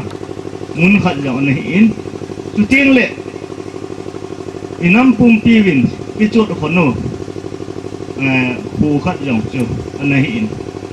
2005 min July muna ko na kai do ding ti government na ko na to go na hong umin P.Taijol te document ho nan ahin la a population ho ain hi sa ma hi le hi cho to ivet ka hi le percentage dollar P.Taijol hi asang loi hi dingin ka ta sanin hi cho ju ipji ham ti a hi le hi chi pakai pathen phat the bu nau ga cho hi ji chun tunia ka sei num pen ta chu tua ke ma minin electric hong te yol a fi pio ipm manual a fi pio in government na ai wanga pathen a pha in thing lago hoi pha ipin hui lago ki tu ta ipin ahin la cha hin pathen lung hai na I hol do yo pun ji chun inam gen the naw khusung gen the na ha asat na ji tu ni chan gi ya be lo ji chun tu ji nga yong hi ho bung se sia hi ho bung ki tia hi le them khai pu do mo hin kin ka sin gam le si na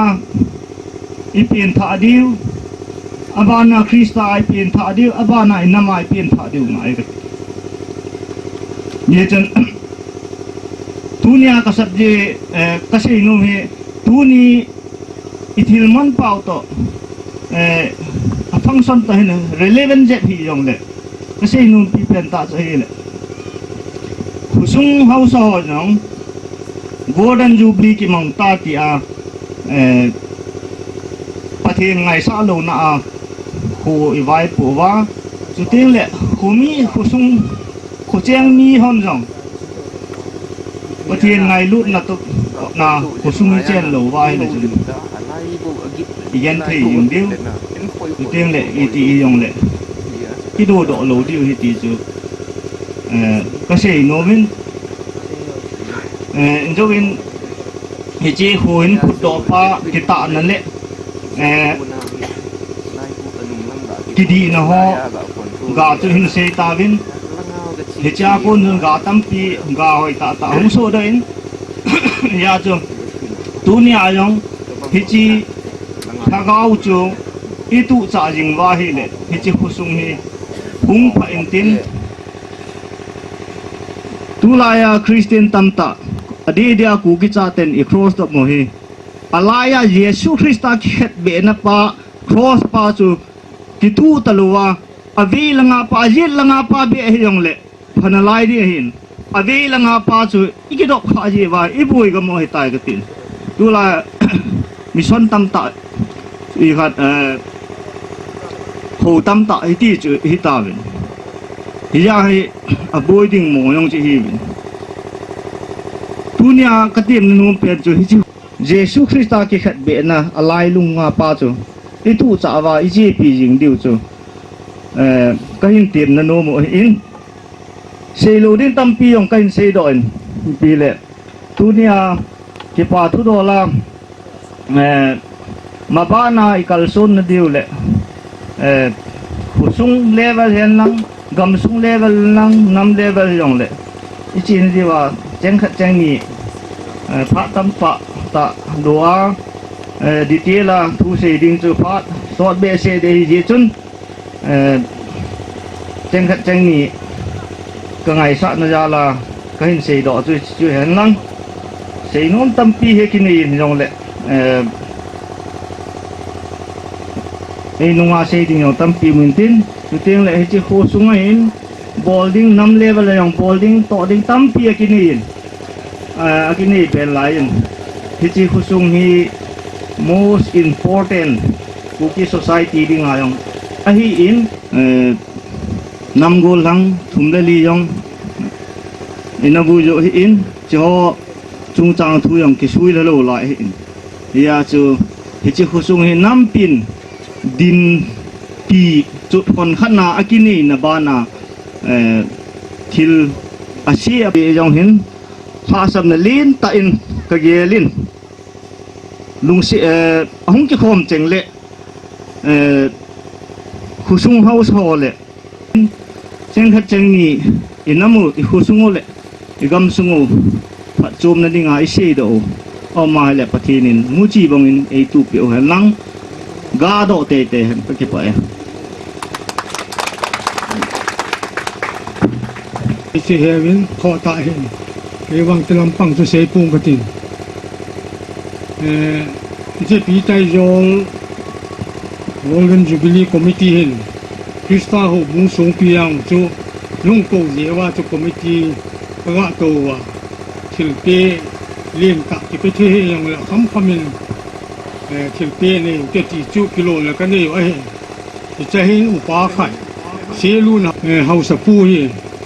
सरकारी जीबी ही अब वन चुहिं सेन आउं की वन जिया दिपो आकुम लायों चु हुंजिया ही दिपो सुंगा ही कगा आगेल अफाचु अगा सोट थिम हे जिंग तुआ ही अनदम न लाय ले की पा उमता जिंग ही हिन चिलाई सुन अगा आके थे सुन चु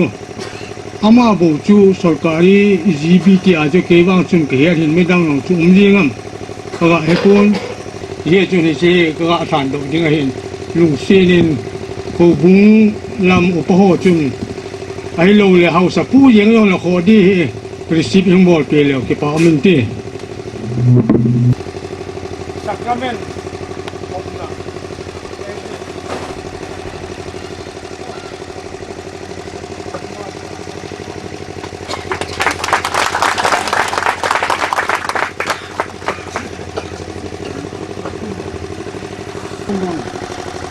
I know that you are safe here. One moderator are pulling from what will pay temmui. Nimal phat cha chezing ahin thil hat ka se nong chu. P.Taijol ko hi. Mulu pat te khamla ja. Ai san pa ina ko na hukun do. Ke do P.Taijol te ai san pa ako na hundo ahi vin kahuji chu ahi le na go boma chui to nin lang hilai jeju khun zakhun za toldi ka in ka zo ke keima ke la kum lai lun la ja halbam in chai chui adon sagami ti anna sa ovin ahi le ni khat cha khong ge ne hong kanin ada ge ne cha kanin aning he abal ta ne hi tu phat chun zo lai ti in mit nom ki khang dil de la e tin da in samei ngai ngui sa em mai ngai sa em eina zatin ti da wang kho sun na pa mai ti in ala ni ha tu na se ni je This is contributed by PM Shogo Bahin. Ama he asadinga chuko bahin. Aung thei ta lo ti a he thanking he. Tiang le pathen lung sim na zala. Golden Jubilee imam tawin diamond iman tiang wa hi le. Sa ading inei lo he lu jong le. He ni ke din ho do mel pa wa. Ove kizin ti ai sa ma ma. Ije he aban ga chang ji bekin. Alsa ipal Roland hian nang ta salam ni nong phat ni nong han adu cha ka him zo no ka amu dik na la din ha lo la ini cun pacu kalam lo ini wal kai wa pakai patin lin macam pen kan patin thangwan naga api macam pen ini tom tak ga hu lim naga mang katin jadi kahi ai le ki tuna golden jubilee imano 97 ko mahin wa ka mun namun ka owe ti ke kenin aku sei acapa tu kubau to kana kewin aman kita ajalin 97 kuma ipo yang tu manipul kama abe kita satu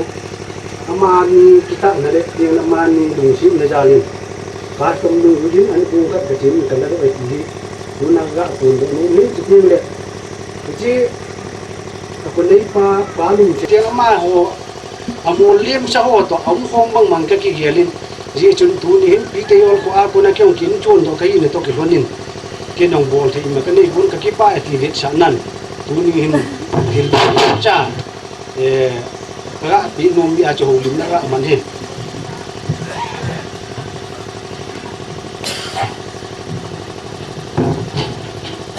jam khana ju pau nun tho yu ala ke o pau thong ki lo ji khate cha ka ngai ki chong chu le la ke o pau jo hi je ki ji ba bu pa ju ni ti tian tho yam ole kin nai na khan ho kin yam ti ho ke ya lo ko yu ai pi chu yong le nam khat le chi khat nam khat hi to ki lo na chu ki lo na kum mo chu ma hin ti ti le tu nin thua bo cha an jo nge tiang a ke ne ti ki lo ha le ke on nong ki tu na he ta bang jung nge mai ti ji ji chun tua Jadi, ni numi le, aku mikir, itu tidak tu ni Jubilee, tipa api najala, tipa yang pan api heti, tu nahi, atil lawan mang ni macam pun Taijong le, ni Thai nu sung tu bungai tu nahi ni gial yang du, tapi ngaju, ini ni yang jaga ni numin, yang le, hong pau tu asyik le, Manipur kan magi sehing nu le, tu nahi,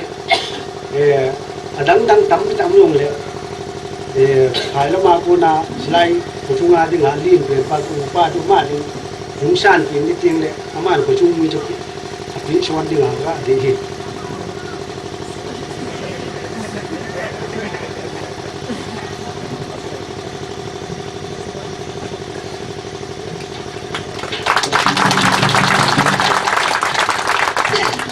kaki pahin acai na penin Jepang ni yong leng aku sungai phat tiga abu numin acai na pianin si dang lang hoy ama hi ka heti na le dia ka ho bu ni ka ho na ti before ni li vei tan kala ho tan kala sewa garia ei pui ding game house ku chu ama cha hi ko na ba ni program cha bang ni pa ni ti se na pa chi dong ni ti ha ko tan na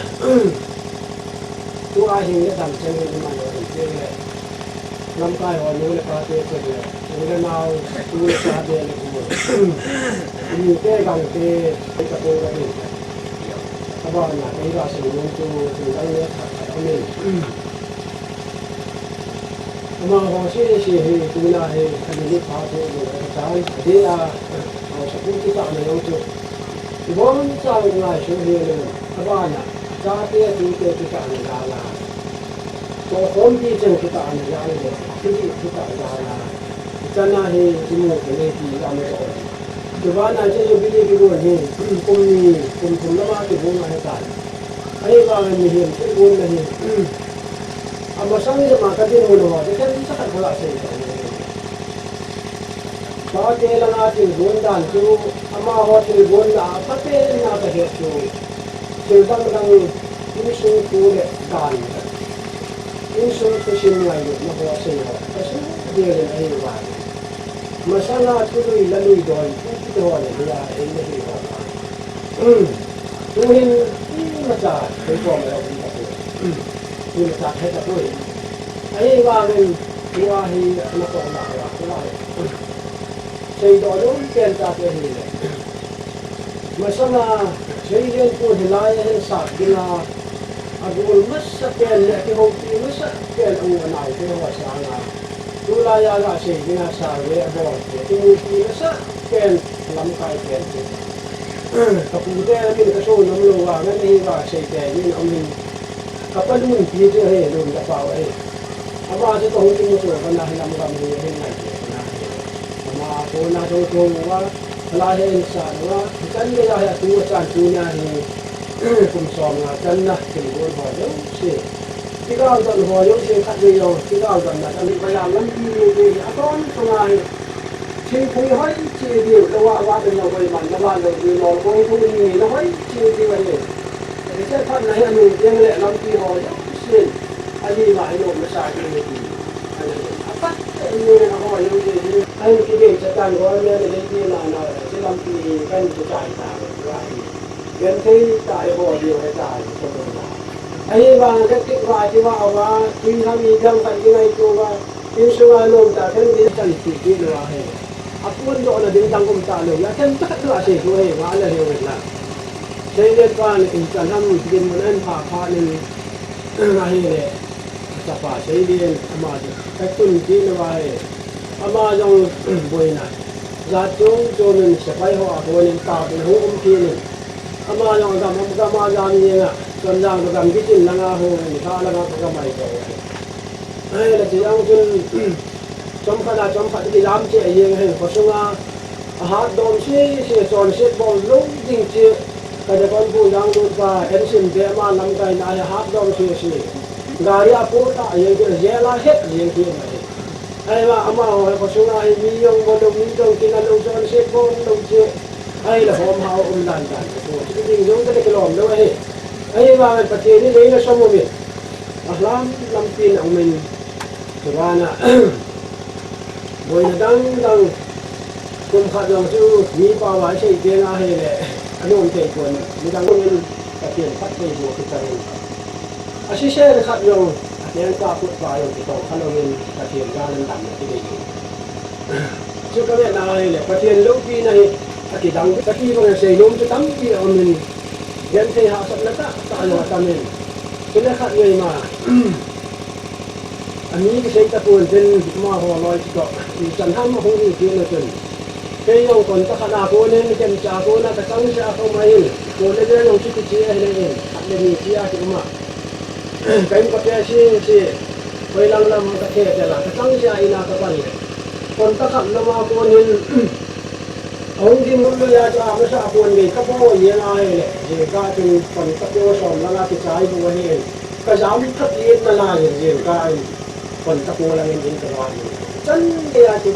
dân thầy hạ sẽ thì của hết anh vào cái tiền ra lên tôi luôn tại thì người nào lại làm cái chân lại vào môi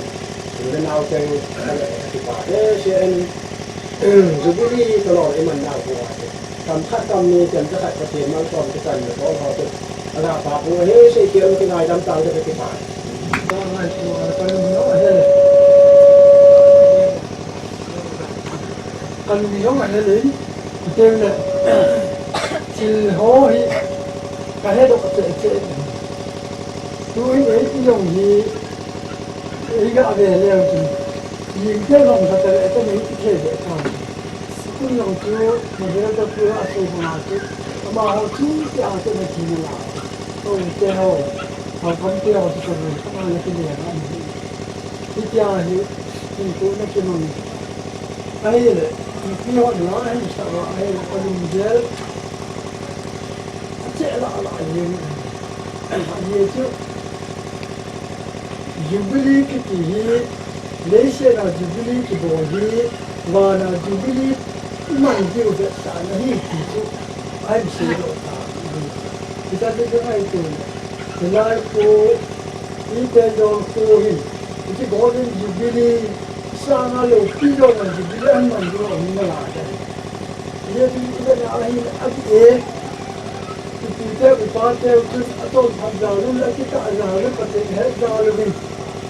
อีที่เราบอกเรื่องเราเนี่ยอันว่าต้องบอกดูว่าอาจารย์จะคิดเองอีมาให้เราอีมาเยอะเลยมาบ้างคุณเจ้าตาเจ้าพันหัวจูเฮ้ยจริงๆอ่ะมังเลยบุลมาจังปัจจัยเนี่ยเสียที่หัวนี่มาปัจจัยเอ็ดจ้าสักที่เขาเขียนดาวเลยแต่จนคุณป้าจังจะคนกูหัวเลยเขาจะสัตว์อยู่หัวทุกทีจะคนมาหัวนี่ hello hello na ai ga ka se ma ko ra se ba ma to na sak ta ti la ko ni pa lu se na la ko na ko ni pa do ni ka pa ai na pu ni ai ne ti la ya lam di to la ko om sa bo to se ni ma ni ni da da om ni se se da ma ni a ni chu sai e din yem la ya hin la ya chu ti la ni ke yo ko a yo ko pa ma sa te ma te sai e chu ma lam ko do ni ta ti ta ta te ni ko ma ma ni ai ba ni la a ti ni a lu ti chu tu pi mai da wa chu pa ti report cái này điều hiện finance làm hiện lắm committee cái form làm thu đồ hiện lắm họ xong thu hiện lắm họ vốn thu riêng rồi lệ item mà zone pen trong hết cả phát cái phần đâu hết thì mình mà nhân tiền ama hết có sao Golden Jubilee cái mình na report cái gì ngọc cũng gì cái gì cần nó bảo cái này xây dựng cái tâm lý văn hóa để số nên gì nó phổ ta anh như vậy xây dựng chân trong học tập có lẽ tiếng là nó còn đi được tới những cái mình xây dựng không tấm cái này cho được anh là Jubilee thu đó hiện thu thâu yên tiền về là cô lại cái vụ này ta cái có giống lệ cái hệ bên chọn cái nguồn đó là thắt ta tung mong ai mà na phải kể ra chỉ những cái này thì cái anh là để xây dựng gì in miền tây chú lọt thì phố 이제 전 아기 본 방이 자 기본 어떻게 해 좀le quay tiền mình hỏi giống bố dân họ sẽ tại nó mình lục tiếng ai cả quay lại ta dùng để chú được phát rồi có ngày từ in mình thạo dùng để cái đóng cái sợi có lùng giống để làm chân đóng lên bên này ở đây tôi được phát đến report ở sang bảo cái tiền cái gì cũng xong mà hiện là Golden Jubilee cái mình là report các vị thể hiện trong về và tôi cần của mình này của những cái tal cái gì bằng anh là mà cũng lắm thì aku nak của những cái gì ông chuleh apa nam thì kami timu yang họ về luôn về sẽ thì các con mà sao xí cho cái tao buồn xíu xíu cái cái xe luôn lúc cùng Christmas là ya chú và sắp bảo mà ông tộc tổ đến chỉ tiếng là đăng đăng thôi lệ cái tàu có mà cái bắt thằng cái đường làm sung hiện lúc xí mà làm sung hồi rồi thì quá ta rồi nó mà không có tiền ra là không tiếp ta đấy thì chỉ mình chỉ để riêng cái kia thì xem vào là những cái này và đoạt cái mảng riêng à rồi anh cho nên sẽ có muốn mình thì luôn tiếng bọn không ôm kít lệ thà cái bố kít lệ là bố gì thì tôi phát hiện riêng trong cái thiên này có buồn chung rồi thì mấy phim như mình thì sẽ đuôi hiện chúng lấy quay in cắm pa gọi report nó sang cái ví dụ tu chỉ là pa cái report thì rồi là hiện tu đông cái trái là những video camera hoặc giám thị đam chụp tiếng là đăng giám thị đam cho chúng mua số tụ thì rồi là gì chúng muốn lụt nè còn tất cả cái dòng lệ còn ngày hóa ra là tiếng phun hỏi lệ chúng ta cái quan ra là gạo thùng khen gạo thùng thì hỏi lệ chúng không có được thằng phát gạo để tìm cái gì này chưa chưa cái nào sống là câu chuyện hỏi thế chứ tôi mình lấy gì vậy thì mà phú ông rằng à năm mang vài phi rằng à lễ giang trồng lôi rằng à liên bảo đúng nghe rằng à làm em Guite rằng à là hậu sinh xuân rằng à bài màu đúng nghe rằng à tổng học đồ bùn rằng à một sát sinh tế rằng à tiếng lệ ex chairman khu và chairman là băng bu Dr. P.Taijol mà quân rằng à khi mà cho sĩ chính có ai lệ sang mà hi chỉ khát ai hin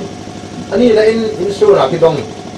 thì cho cái gì về là cái tiêu chuẩn học số hi sang khát cái in phát triển cái chỉ đó cái tụt talo cái suy nghĩ mình không sự lâu dần đi thằng tin mang liên thằng dần đi cho sĩ sẽ quân chân sang thùng lên dần đi cái này aban kini pama ko na bichu pama ho hi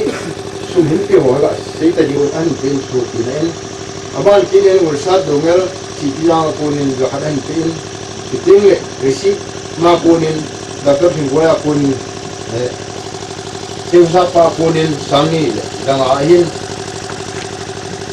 service ho apuna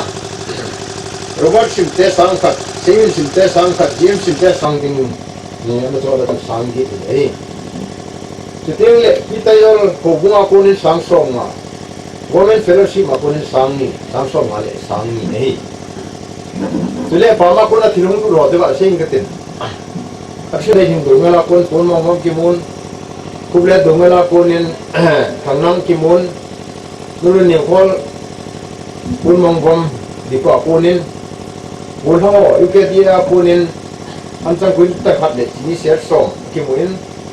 ne chiting le pun ho kya ya kunin ni ser som to du to ta kimun nei ting le nan hi kum le le khai du ki ta bai le ka thim lu ki su da ho ga ngai tu ai le ki jo se ju ama la ka sei le phat chun nihil the chu nihil tang ti le ni mi de ga ya ju ji nei ki bangin phat jong so tan ki jong le wang phat ka sa ta chu uni golden jubilee chan bi da ki ta ki se pa sa wang ti hello ka kum song bu kum lam de bana pha ti ta yo ku ba ngai tu ai le phat ki ting wang ka ki ne ai la kum bi tan na yo mi ting tam ta um yong ke ma ja lang bai ka pan Một thằng sẽ hình dấu tiếng lệ hầu cũng là một môn đi sau mà tao những cái đồ như cái này cái hiện tại này lý do anh không tập trung mình tập trung mà sắp đến nên Jubilee Jubilee celebration committee ho chúng mình phải cái season Jubilee iman semua nunga go thang asira tang thorian lang na tong ho ding han lang local siway ho chikung banner sanata whole in decoration na bola seat arrangement na bola si ho price ke nga kiti ho sa opi nga kingan si ho area sunga house tipo na dinala la hong kalsum zo si tong din si tong tipo ati ko sa azo na pel aneu pen halawin tu ni pa na kusunga mi ku amin ka pu hole yung kanga po na sadya hong kalsum ni ki pa ru san tamta tuni pa na ansala itu na sa team so pa tu ti to go men thang ba na sai ti ni ko pa so get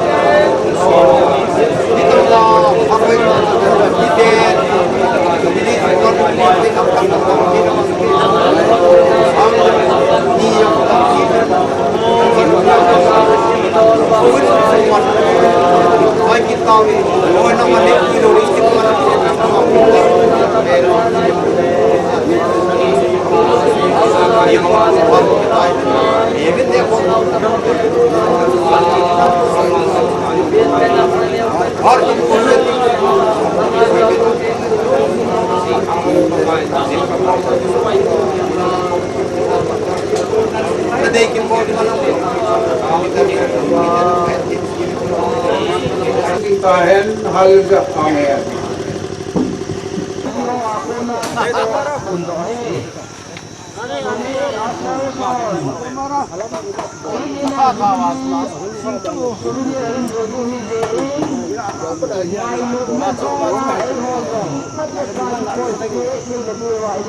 একদম ভাল কৰি লোৱাচোন এফালে চোৱা এফালে ভাল লাগিছে ন Bisa tanya orang alat tahu.